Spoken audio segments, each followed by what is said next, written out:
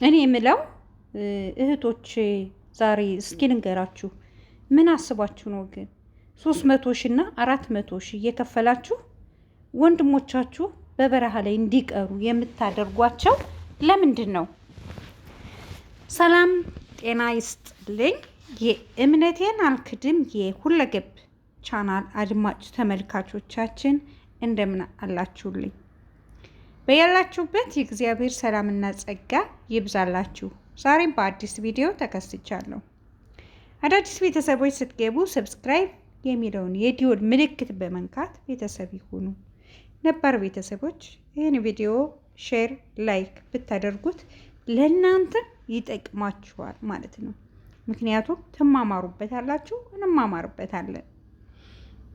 ውድ ኢትዮጵያውያን፣ ኤርትራውያን እዚህ ጋር ሁላችሁም ማለት ነው 300 ሺህ 400 ሺህ ወንድማችሁን ከፍላችሁ ወይም ለእህታችሁ ከፍላችሁ በሳውዲ በረሃ ላይ በሳውዲ ደንበር ላይ በውሃ ላይ እንዲበላቸው የምታደርጉ ለምንድን ነው? ታያቸዋላችሁ። ይህ ሁሉ ከኢትዮጵያ ምድር የወጣ ወጣት ነው። እስኪዩአቸው፣ አያሳዝኑም? እነዚህም ሁሉ አሁን የት ነው ያሉት? ሳውዲ ከመግቢያው ላይ ተጨፍጭፈው ተመትተው ነው ያሉት። ብዙዎች ሞተዋል፣ ብዙዎች ተረሽነዋል። በሳውዲ ከመግቢያው በረሃ ላይ ሲደርሱ ማለት ነው። ለምንድን ነው ግን ቆም ብለን የማናስብ? ዛሬ ላንቺ ወይም ላንተ 300 ሺህ እና 400 ሺህ ቀላል ሊሆን ይችላል። ምክንያቱም የዶላሩ ምንዛሬ የኢሮ ምንዛሬ በጣም ስላደገ ቀላል ሆኖ ሊታያችሁ ይችላል። ግን 300 ሺህ እና 400 ሺህ ከፍላችሁ ወንድማችሁን ከበረሃ ላይ እንዲገደል እንዲሞት ከማድረግ ያ 300 ሺህ እና 400 ሺህ ብር ካላችሁ ስጧቸውና የሆነ ነገር ይስሩበት። ከተሰራ እኮ ከሀገር ላይ መኖር ይቻላል። ሳውዲ ላይ መጥተው እነዚህ ሰዎች ምንድን ነው የሚሰሩት? ምንድን ነው የሚያደርጉት? ምንድን ነው ግን የሚሰሩት? ንገሩኝ እስኪ። እንዴ ግመል አይደል እንደሚጠብቁ? ከብት አይደል እንደሚጠብቁ? በጎችን አይደል እንደሚጠብቁ? እንደዛ እኮ ከሰሩ ከሀገራቸው ላይ መኖር ይችላሉ።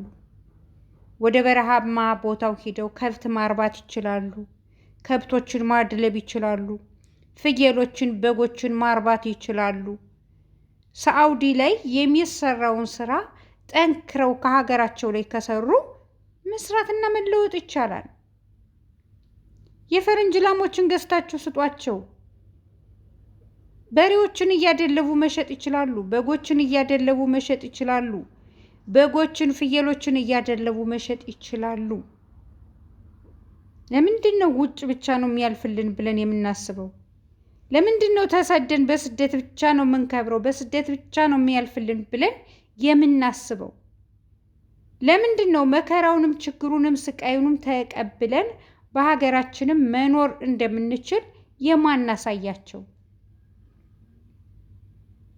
አሁን ይሄ የስቃይ ኑሮ ስቃይ እንዴት እንቅልፍ ይወስዳችኋል? እንዴ ወርቅ ቢዘን እኔ ወንድሞችን በእንደዚህ በረሃ ሂዱ ብዬ አልፈርድባቸውም። የፈለገ ነገር ቢሆን ማለት ነው። አንደኛ ከዚህ እንደዚህ እና ብላችሁ እንደዚህ መንገድ ሲሞት እናት አባት ለዘላለም አንቺን ጠምደውህ ወይም አንተን ጠምደውህ እሷ ና ባትለው እሱ ና ባይለው መንገዱን ባያሳየው መንገዱን ባይመራው ልጄ ሂዶ አይሞትም የነበር እየተባላችሁ የዘላለም ጸጸት ተሸክማችሁ ነው የምትኖሩት። እረ ስደት ይብቃ እህቶች፣ ተው። በዚህ ፀራራ ፀሐይ፣ በዚህ ምድረ በዳ አፈሩ እንደ እሳት እየተቃጠለባቸው እሳቱ እንደ እሳት እየበላቸው አፈሩ እንደዚህ አፈር ሆነው መጥተው ስንቶቹ የጥይት ራት ሆነዋል። ስንቶቹ ሳውዲ ደንበር ላይ ስንቶቹ ተገድለዋል። ስንቶቹ ስጋቸውን አሞራ በልቶታል። ስንቶች ስጋቸውን የዱር አውሬው በልቶታል፣ ጎትቶታል። እረ ልብ ይስጣችሁ፣ በእውነት ልብ ይስጣችሁ። ስደትን እየገፋፋችሁ ወደ ስደት እንዲመጡ የምታደርጉ ሰዎች እንዲያው ድርጊታችሁ ምን አለበት ቆጠቡ።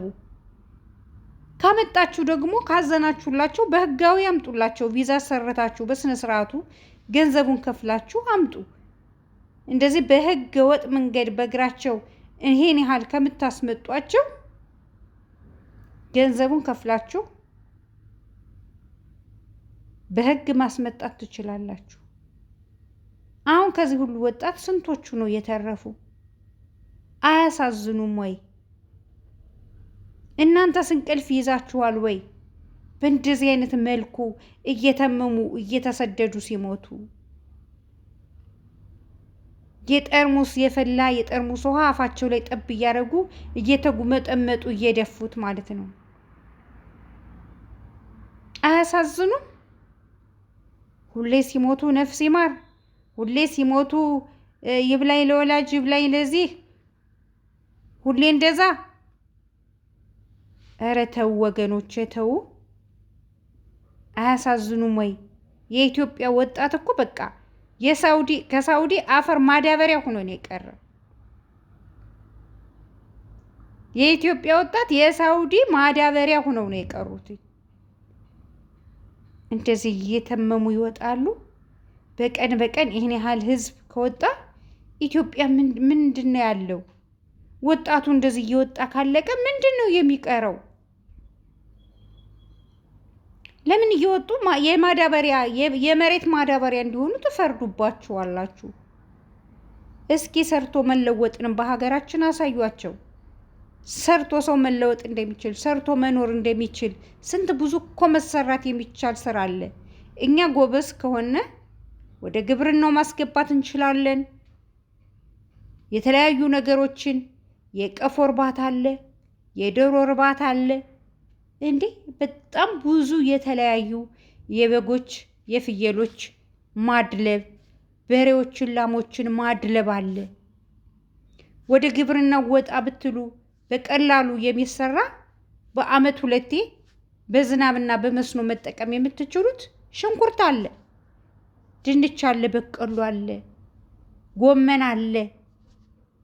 እነ ጥቅል ጎመን፣ እነ ቲማቲም፣ እነ ካሮትን፣ እነ ቆስጣን የመሳሰሉ በአመት 2 ማምረት ይቻላል። ያን 300 እና 400 ሺህ የምትሰጧቸውን መሬት የመስኖ ውሃ ያለበት አካባቢ ግዙና ስጧቸው፣ ይስሩ።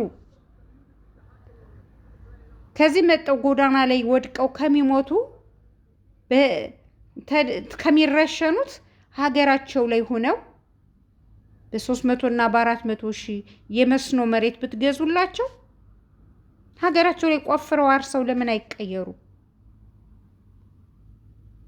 በአመት 2 የመስኖም አለ የዝናብም አለ።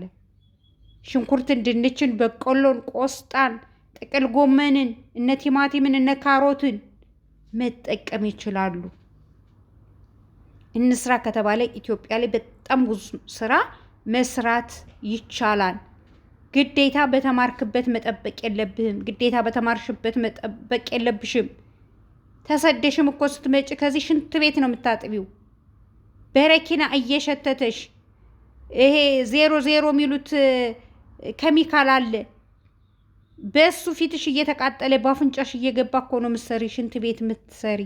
ሲሚንቶ ምትፈገፍጊ ካውያ ፊትሽን እያቃጠለው እኮ ነው። በካውያ ፊትሽ እስከሚቃጠል ካውያ ቁመሽ ስትቃጠይ የምትውይ። በፍጹም የስራ ቀላል የለውም። ሀገራችን ላይ ሰርታችሁ መለወጥ ትችላላችሁ።